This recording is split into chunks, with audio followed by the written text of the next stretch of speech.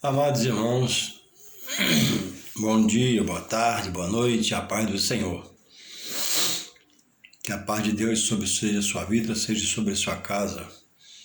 E que Deus continue guardando, protegendo, livrando todo mal. E sustentando em cada um de nós o fôlego de vida.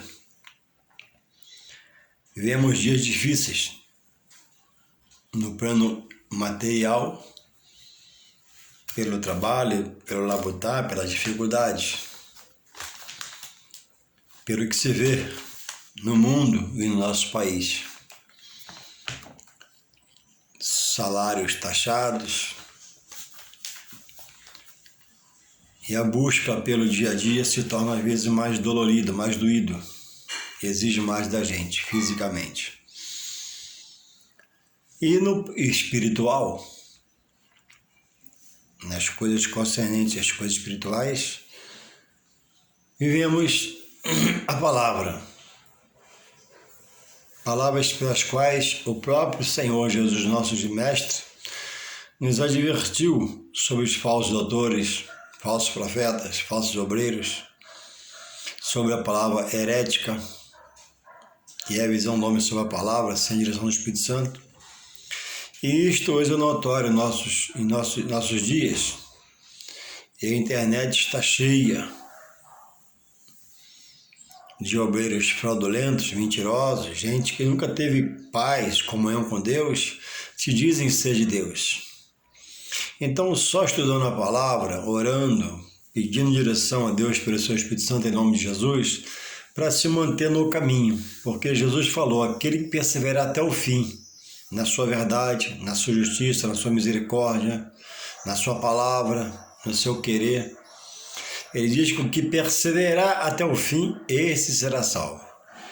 E muita gente está se afastando da sã doutrina, que é a sã palavra, da verdade de Deus, e optando em virar uma pessoa herege, que vive heresia, que come heresia, que se bebe da heresia, que se alimenta da heresia, por falsos líderes, que se intitulam esse homem de Deus, mas Deus não tem nada. São lobos devoradores, com pele, de ovelha, para enganar a tantos quantos não atente, estudar a palavra, discernir a palavra, desejar a palavra ardentemente. E muitos têm sido enganados. E eu trago aqui hoje uma reflexão sobre 3 assuntos: a ceia, o batismo e o casamento. Uma reflexão pequena para nos manter despertado para as verdades, para a seriedade que a palavra exige de nós. A Bíblia diz, o apóstolo fala, Pedro fala que se ele fosse agradar aos homens, não estaria em Deus. Então, ou você agrada seu amigo, seu colega, ou um falso líder, ou você agrada a Deus. É melhor ficar com Deus. Sobre a ceia, diz-se muito, que a ceia foi só para os judeus. Aí Jesus, em Mateus 26 a 29, Mateus 26, 26 a 29, diz sobre a ceia, na última ceia que ele está ministrando aos apóstolos, que um dia voltaria a ceiar. Está em Mateus 26, 29. 29 fala assim, de 26 de Mateus. E digo-vos que desde agora não beberei deste fruto da vide até aquele dia. Ele está falando que aquela ceia que ele fez com os apóstolos foi a última ceia, que é essa que eu falo aqui, narrada em Mateus 26. 29, 26, 29 fala assim, digo-vos que desde agora não beberei deste fruto da vide até que aquele dia em que eu bebo de novo convosco no reino de meu Pai. E foi a última ceia do Senhor. Ele prometeu ceiar novamente com os seus, falando diretamente para os seus apóstolos. Aí a Bíblia relata que nós em Jesus não há acepção de pessoas. Não há negro, não há branco, não há pardo, não há medo, não há mesopotamo. Todos são de Deus em Jesus Cristo. por aceitar como seu único e suficiente Salvador. E penso eu, serão arrebatados por serem fiéis judeus, medos, mesopotâmios, pardos, negros, brancos, pela sorte de gente. E como seria essa ceia lá em cima? Exclusiva para os judeus? Ou gentio como eu, convertido ao Evangelho pelo poder de Deus? Todos que eram gentios se converteram a Deus. Beberão o cálice com o Senhor? Ou, da forma que lá foi exposta a ser pelo Senhor, vai ter direito? Será que no céu vai ter acepção de pessoas? Judeus de Israel pode? Gentio que foi fora, mas entrou para dentro, não pode? Claro que não. Deus não faz acepção de pessoas. Todos que se converteram a Jesus, pelo toque do Espírito Santo, estão em Deus. Porque Jesus leva todo que busca Deus ao próprio Deus. E o desigrejado, principalmente, ele posta, fala, combate a ceia, que era só para os judeus. E lá em cima, os gentios convertidos não serão nessa ceia? Claro que vai ser. Lá será. Se aqui já é um corpo só no Senhor, muito mais lá, já totalmente no Senhor, fora de perigo, de perdição, de salvação e outras coisas mais. Então, quando você estuda a palavra, você fala sobre o que você estuda.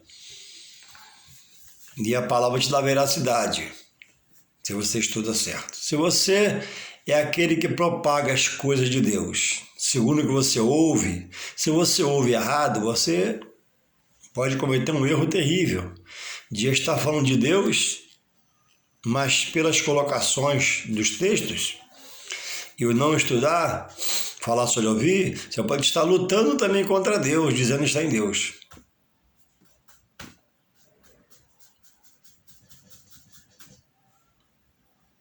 Então o gentio que vai ceiar lá em cima, aquele que era gentio se converteu vai ceiar lá em cima os judeus. Já não pode aqui estar ceando, já não tem direito? Segundo o desigrejado, não, porque foi só para os judeus. E só no Antigo Testamento.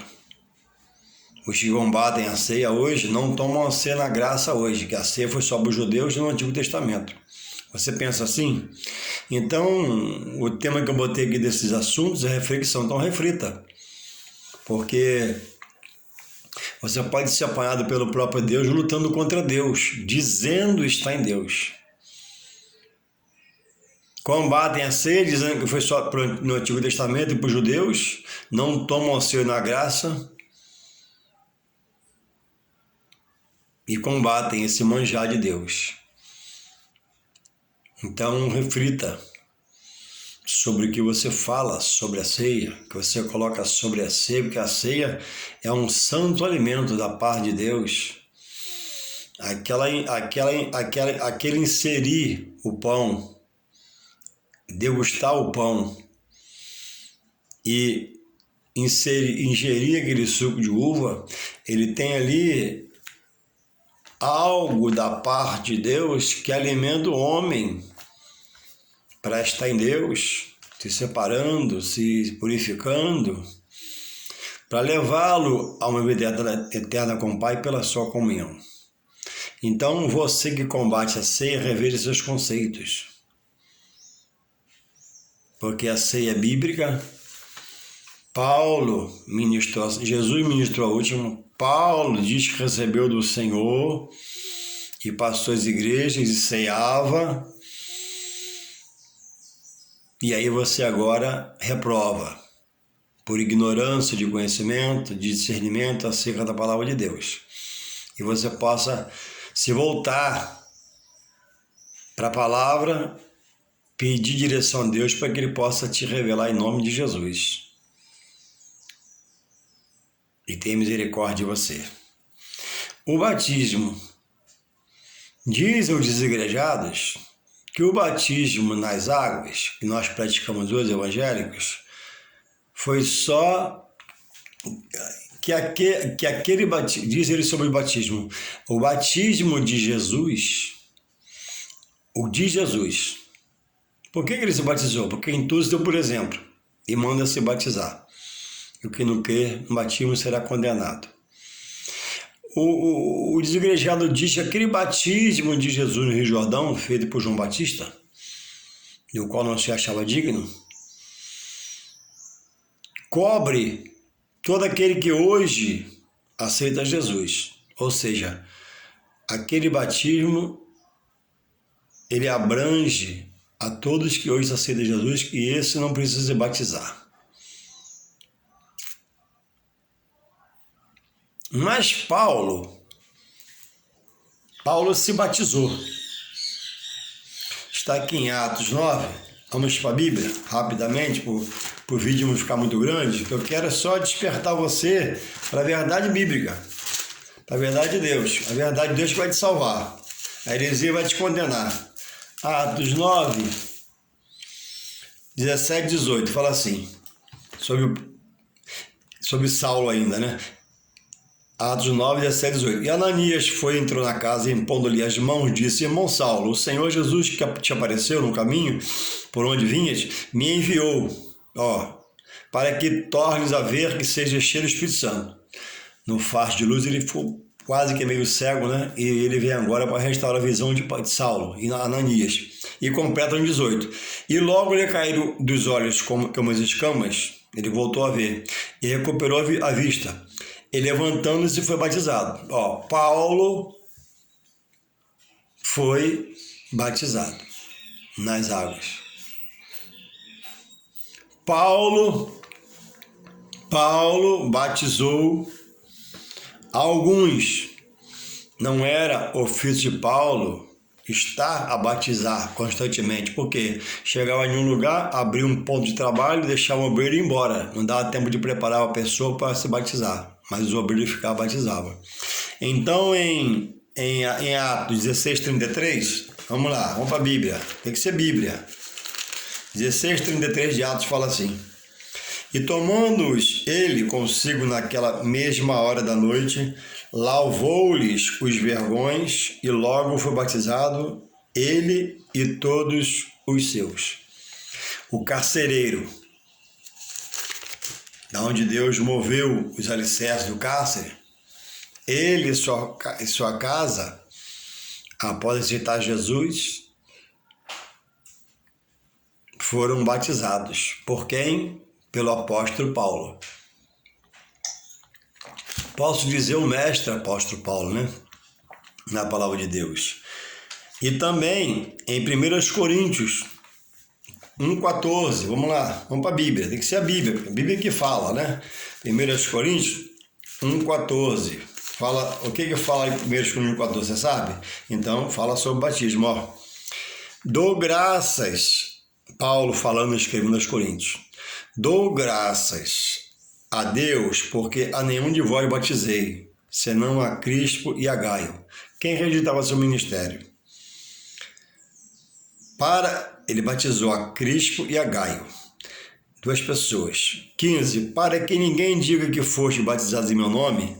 16, e batizei também a família de Estéfanas. 1 Coríntios 14, 15, 16, vê lá. E batizei também a família de Estéfanas. Além destes, não sei se batizei algum outro, porque Cristo enviou-me não para batizar, mas para evangelizar. E o tempo de Paulo era gasto em pregação, oratória. Mas também batizou alguns, mas não era ofício direto batizar. Então está aqui Paulo batizando, confirmando, né, o dele, e ele agora, por crer, batiza a outros. E também orou o apóstolo Paulo para que alguns fossem batizados com a plenitude do Espírito Santo. Irmãos, em Efésios 1,14 diz que Quando o ser aceita a Jesus como seu único e suficiente Salvador e Filho de Deus, ele recebe um selo, uma marca, uma patente, na qual o diabo conhece muito e bem. E quem está em Cristo agora ele não pode mais tocar, sem a permissão de Deus. Então o selo é a primeira marca no cristão, para que o espírito mal veja que aquele ali não é um gado, como se narra o gado a ferro quente, mas é um filho de Deus que aceitou Jesus como seu único e suficiente Salvador. A Bíblia diz em São João 1,12 que a tantos quantos receberam a Jesus como Filho de Deus, também foi feito por direito, por promessa, Filho de Deus. Todo que aceita Jesus como Filho de Deus também é feito Filho de Deus e co-herdeiro de Deus por Jesus Cristo, das promessas. Então, prova que primeiro o homem é criatura e ao aceitar Jesus se faz filhos. Então em Efésios ele recebe o selo. Efésios 1, 13, 14 e 15. Estou falando para você poder pegar o texto e ver a veracidade da palavra. O que importa é crer em Deus pela sua palavra, não por heresia de alguém que fala pensamento humano. Aí Paulo se batizou nas águas. Saulo ainda, né? Se batizou nas águas por Ananias. Agora, Paulo agora batiza Crespo e Gaio e alguns da família de Estéfanas. Amém? Já te dei o versículo aí, depois você vê. Agora, Paulo, em Atos 10, 44, primeiro é o selo, né? E o cristão recebe. Marca de Deus. Depois vem a plenitude e ele passa esse tempo da pessoa do Espírito Santo de Deus. É outra dimensão. Uma coisa é você ser selado com o selo do Espírito Santo, penhor da promessa. Outra coisa é você receber plenitude e falar em mistério com Deus e em outras línguas. Quem fala em outras línguas, em mistério com Deus, ele fica a si mesmo. Ele, Deus. Quem profere a profecia, né, fala a igreja. Os dons de Deus, os dons espirituais, os 9 dons, é de Deus para o homem. Lá do alvo e me capacita.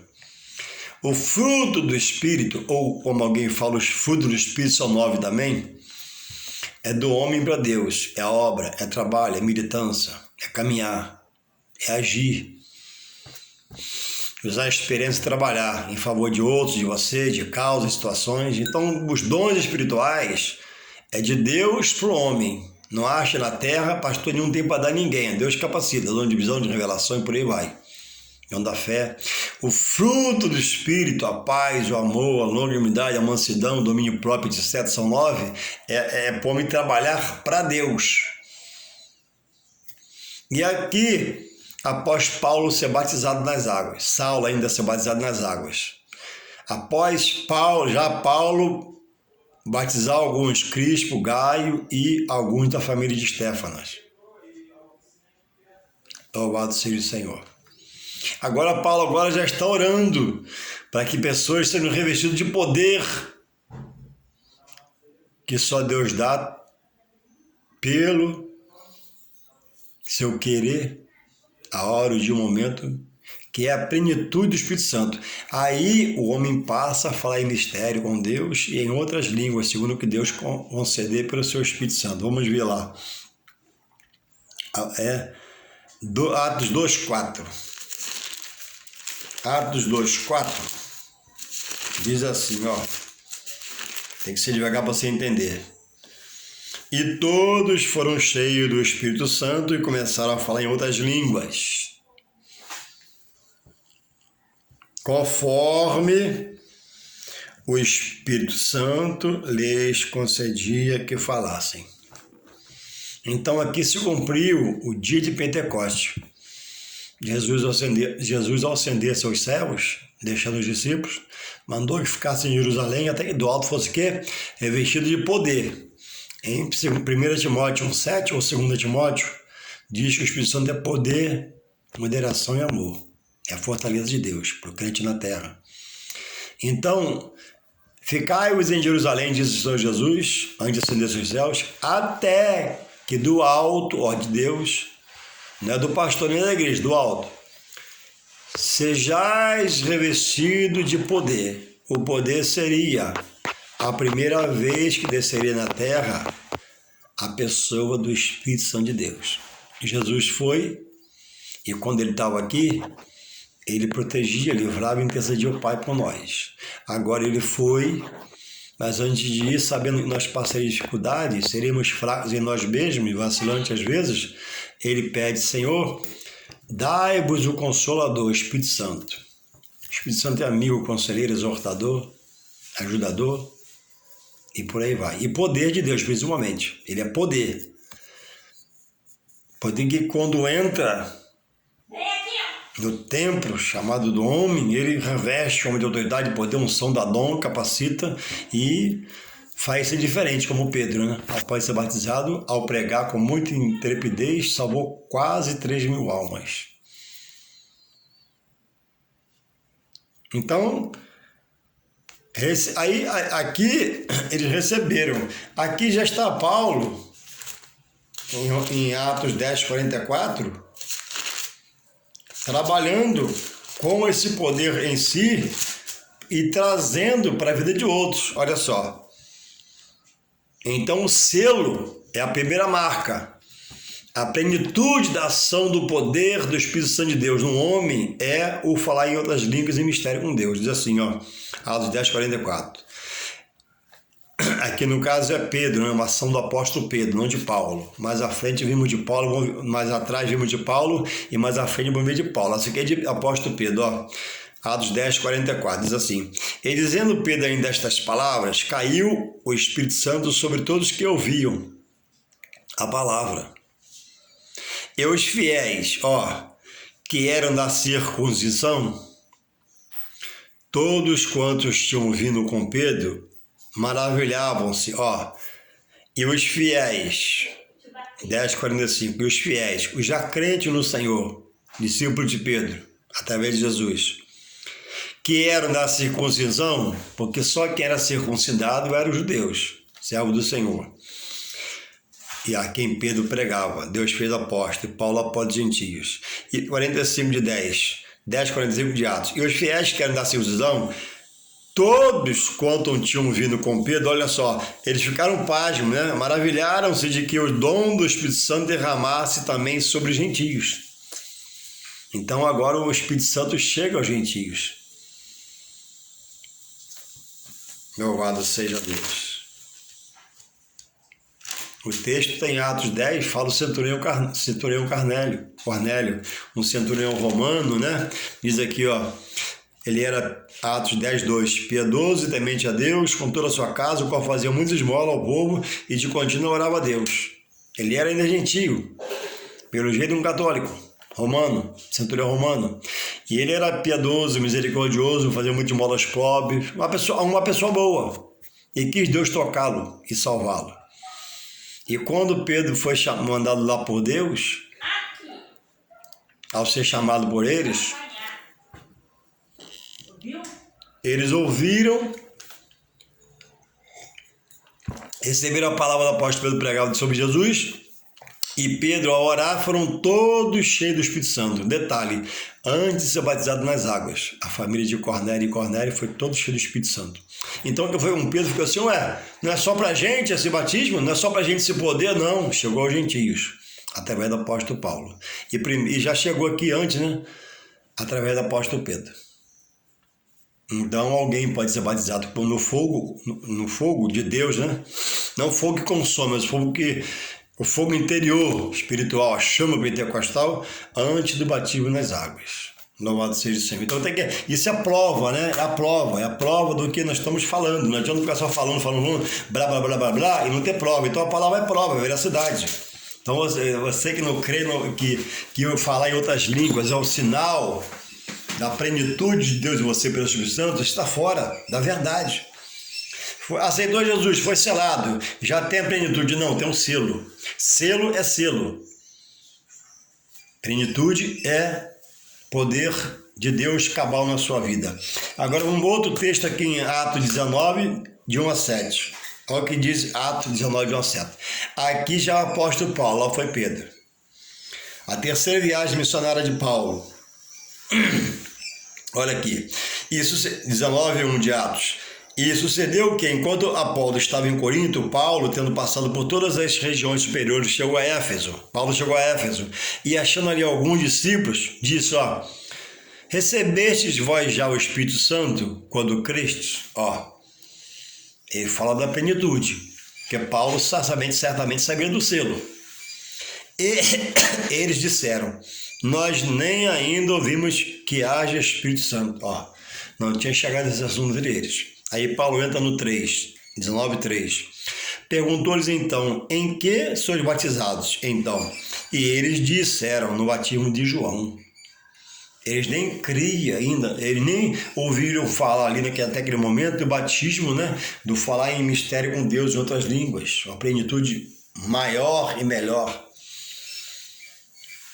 E perguntou-lhes então, em que sois batizados? Então eles disseram, no batismo de João, por arrependimento do pecado. Mas Paulo disse, certamente João batizou com o batismo do arrependimento, que é das águas, dizendo ao povo que se cresce no que após ele havia de vir, João falando de Jesus, isto é, em Jesus Cristo, e os que ouviram foram batizados em nome do Senhor Jesus.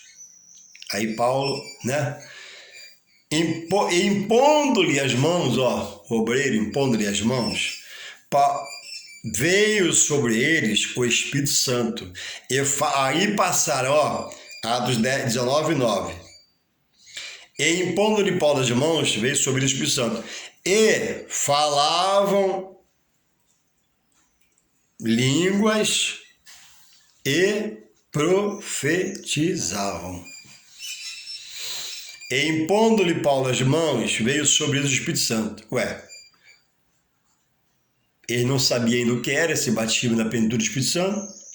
Ele só tinha um selo pelo batismo do arrependimento das águas de João. Agora Paulo, impondo as mãos, pede, Senhor, reveste teus filhos, dá autoridade aos teus filhos, venha sobre eles, Pai, a plenitude do teu Espírito, a plenitude do teu poder. Faça deles, Pai, morada do teu Espírito Santo, a terceira pessoa da Trindade. E aconteceu. Aí agora falavam línguas, como em Atos 2, pela primeira vez, e alguns receberam o dom de profetizar. E estes eram ao todo uns 12 varões. Muita confusão entre interpretar o selo como a plenitude. Não, selo é a primeira marca. É meu, me aceitou. Plenitude é a totalidade do poder de Deus pelo Espírito Santo na vida de um homem para mudar, transformar, fazer o que ele quiser. Então essa é a diferença que muitos não entendem porque não estudam a palavra detalhadamente.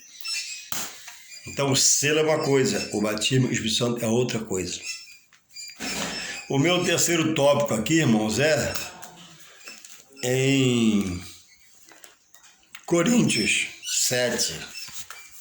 Assunto muito sério, como todos na palavra de Deus, que nos remete a estarmos em vigilância.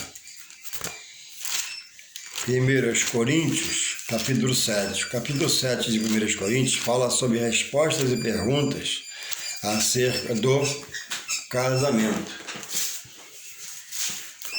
Acerca do casamento. E diz assim, 1 Coríntios 7. Respostas às perguntas acerca do casamento.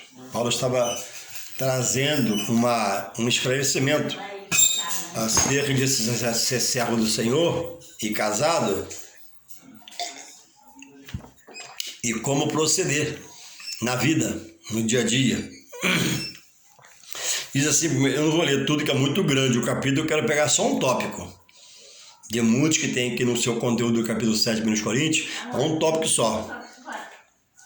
Devido ao tamanho do vídeo e o texto é muito grande. Diz assim, o versículo 7, capítulo 7 de 9 em diante.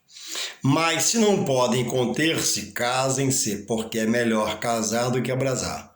Paulo está explicando aqui se a situação do homem é para pecar, se prostituir, para adulterar, que se case, para que tenha no seu cônjuge o completar de sua satisfação, que é a sua porção na terra.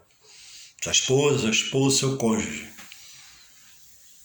E lá, quando é efetuado o casamento, diante do juiz de paz, né? Ele diz algumas coisas, entre elas, né?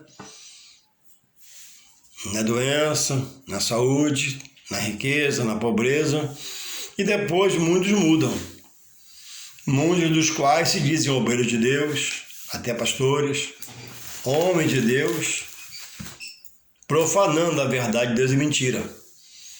E quando o casamento é no religioso, no civil, no cartório, é fim do juiz de paz. E quando é no religioso na igreja, né, na frente do pastor, temos lá uma palavra, né? Também que inclui na doença, na saúde, na riqueza e na pobreza. E o versículo 8 está aqui Paulo dizendo, olha, 1 Coríntios 7:10. Todavia, aos casados, Paulo, o assunto é para os casados, e eu também estou falando para os casados, para mim também. Todavia, 7:10 de 1 Coríntios, todavia, aos casados, mando, não eu, não é a palavra dele, é de Deus, ele está só repassando a verdade de Deus, mas o Senhor, que a mulher se não aparte do marido. Verso 11.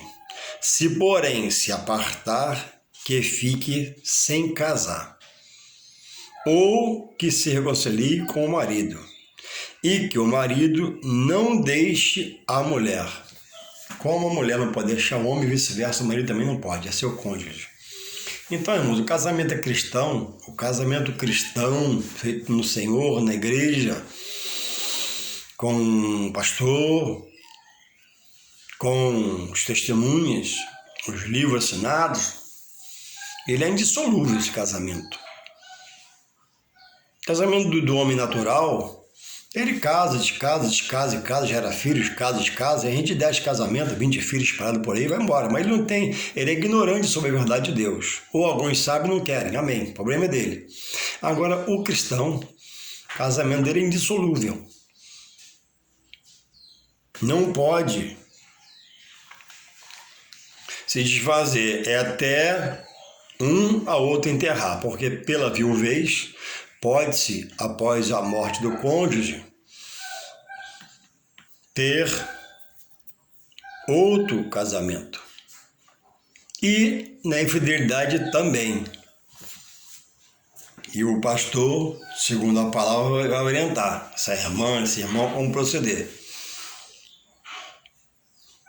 Mas, irmãos, temos vistos obreiros, até e pastores, pasmem, separando no Senhor de suas esposas, esposos, vice-versa, com seus cônjuges vivos.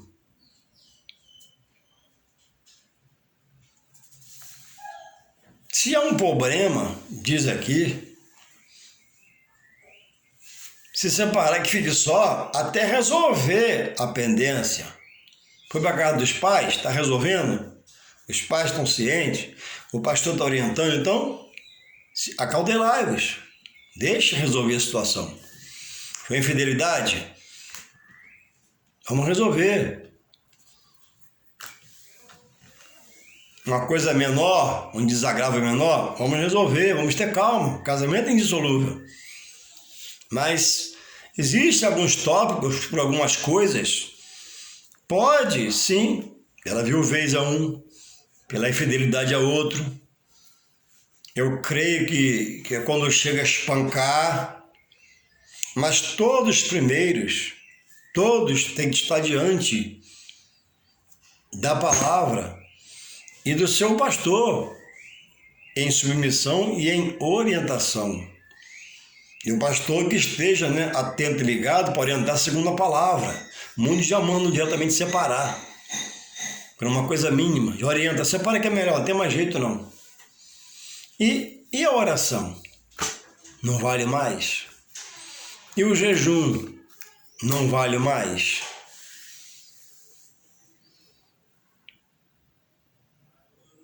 Então é preciso esgotar todas as fontes de recursos que a palavra te dá, segundo os textos bíblicos, para trazer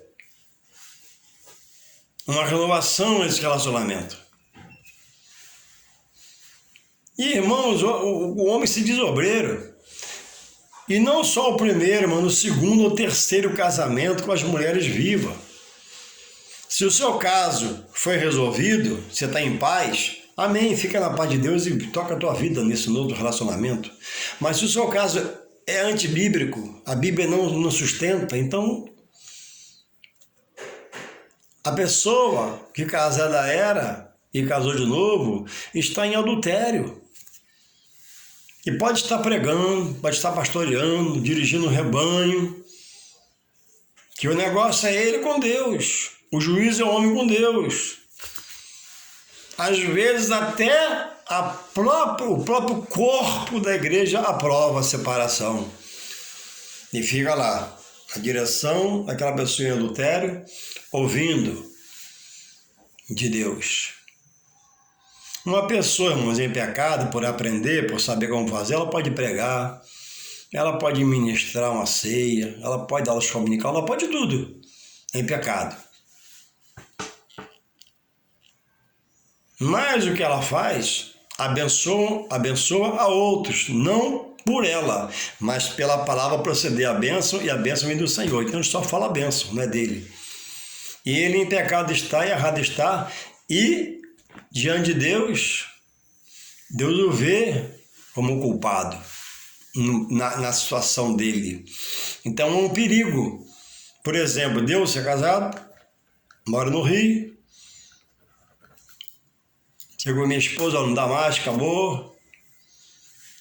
O que houve? Não, acabou, não quero mais.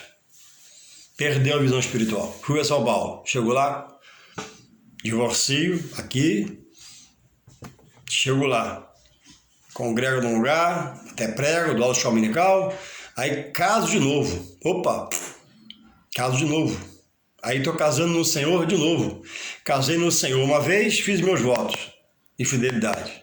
Aí rompi. Aí agora divorciei, estou indo para São Paulo, estou no Senhor, na casa do Senhor, dando aula dominical, pregando a palavra e me caso no Senhor de novo. Aí faço o mesmo voto. Na doença, na saúde, na riqueza e na pobreza. E estou pregando.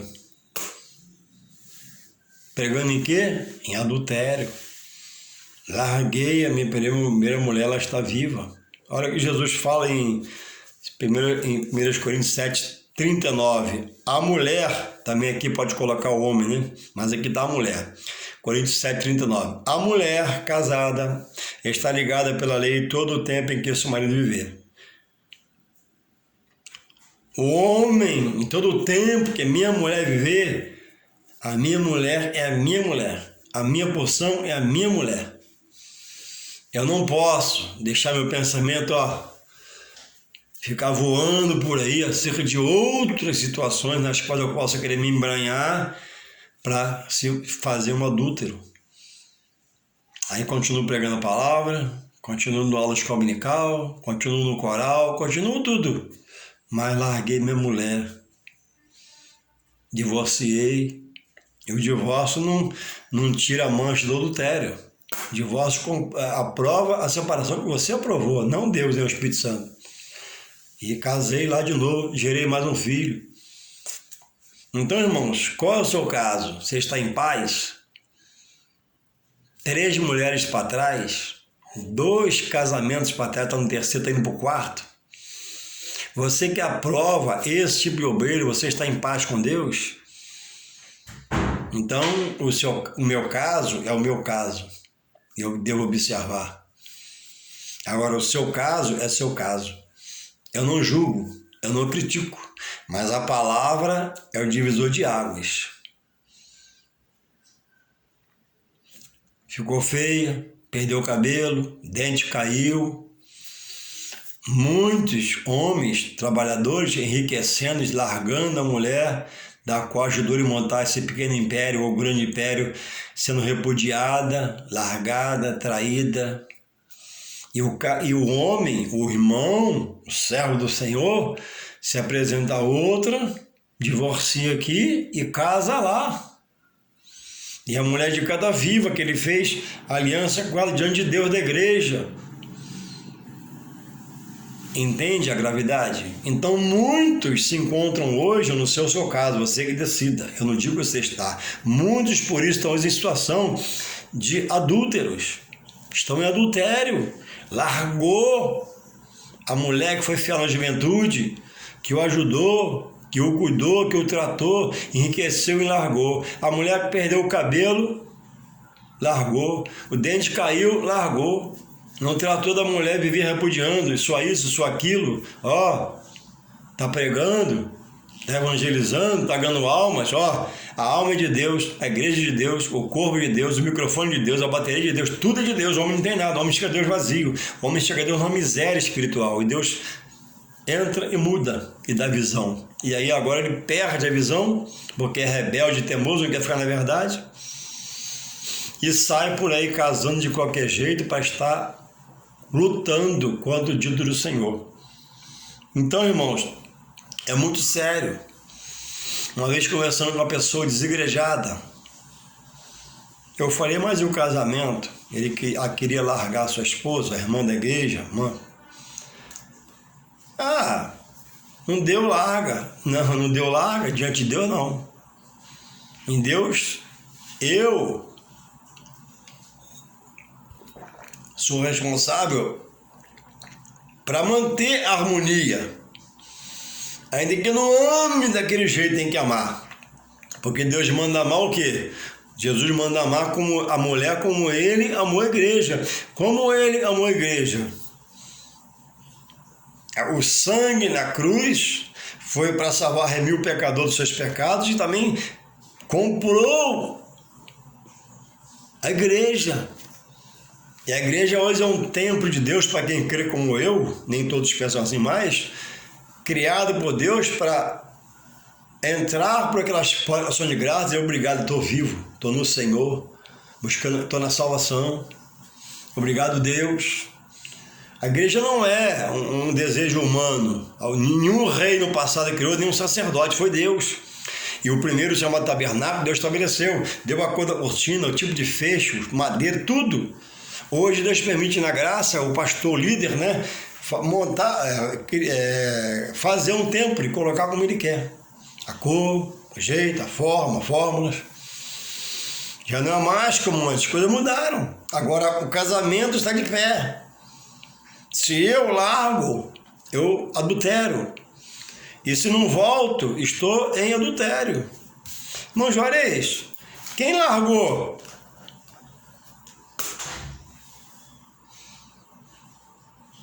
Quem traiu?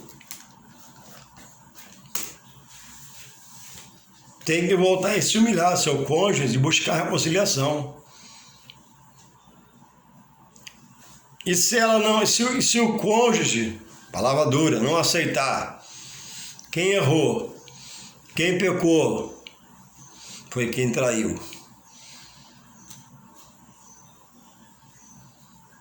Tem que passar pela severidade da palavra. Quem se precipitou e casou de novo pela segunda vez? Achando que o segundo casamento seria maravilha. E foi muito pior do que o primeiro. Quantos estão casados no segundo e desejaria voltar para o primeiro, não pode mais? Como que um pastor, dirigente de congregação, recebe um casal de fora e se apresenta querendo casar e não é feito um gabinete para perguntar, irmão, já foi casado? Irmã, já foi casada? Porque às vezes, irmão, largou aquele que disse que foi seu amor por uma coisa banal e já está diante do pastor para regularizar outro casamento em pecado.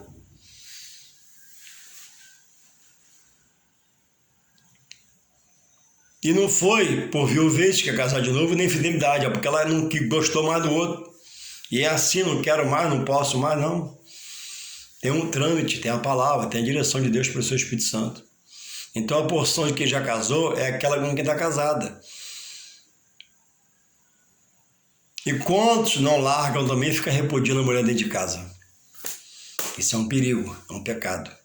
Eu vou acabar, o vídeo está muito grande e vai acabar o tempo aqui. Deus possa abençoar, você possa refletir. O tema é reflexão, reflita, em nome de Jesus.